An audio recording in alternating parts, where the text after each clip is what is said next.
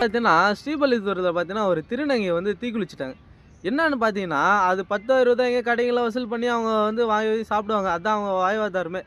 இந்த போலீஸ்காரர் என்ன பண்ணியிருக்காங்க பார்த்தீங்கன்னா, அவங்க திருநங்கைய பிடிச்சு இட்டுன்னு வந்து ஸ்டேஷன்ல வச்சு அடிச்சு, நீங்க வந்து வரி வசூல் பண்றீங்க, அப்படி இப்படி சொல்லி அந்த பெண்ண வந்து ரொம்ப கட்டாயப்படுத்தியிருக்காங்க அடிச்சு. இது தெரிஞ்சு அவங்க ஒரு 10, 15 பேர் அவங்க நண்பர்கள் வந்திருக்காங்க. அவங்க நண்பர்களையும் போட்டு அடி அடின்னு அடிச்சு, அது ஒரு பயங்கர கட்டாயப்படுத்தி அவங்க வந்து வேற வழி தெரியாம நான் தீக்குளிக்கிறேன்னு சொல்லிட்டு தீக்குளிச்சுட்டாங்க.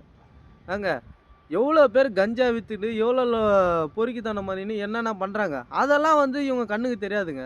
இந்த மாரி ஏதோ 10, 20 வாங்கி சாப்பிட்டுன்னு இருக்காங்க. அவங்கள போய் புடிச்சிட்டு வந்து இந்த மாரி கொடுமை பண்றாங்க. இது வந்து இந்த தமிழ்நாட்டு அரசியல்வாதிய சொல்றதா? இல்ல இந்த போலீஸ்காரர் சொல்றதான்னு எனக்கு ஒண்ணுமே புரியலங்க. 2026ல வந்து இந்த தப்பு வந்து நடக்கவே கூடாது. அதுக்கு காரணம் வந்து நீங்க ஓட்டு யார்கிட்ட போடுறீங்களோ அவங்க தான் இருக்கு. நீங்க வந்து ஓட்டு வந்து சும்மா போட்றாதீங்க. ஒவ்வொரு ஓட்டுக்கும் ஒரு ஒரு உயிர் இருக்கு. அந்த உயிர வந்து நீங்க தான் காப்பாத்தணும். அதுக்கு நீங்க போட போற ஓட்டில் தான் இருக்கு. நீங்க யாருக்கு போடணுமோ அந்த ஓட்ட வந்து கமெண்ட்ல சொல்லிட்டு போங்க. கரெக்ட்டா யோசிச்சு போடுங்க.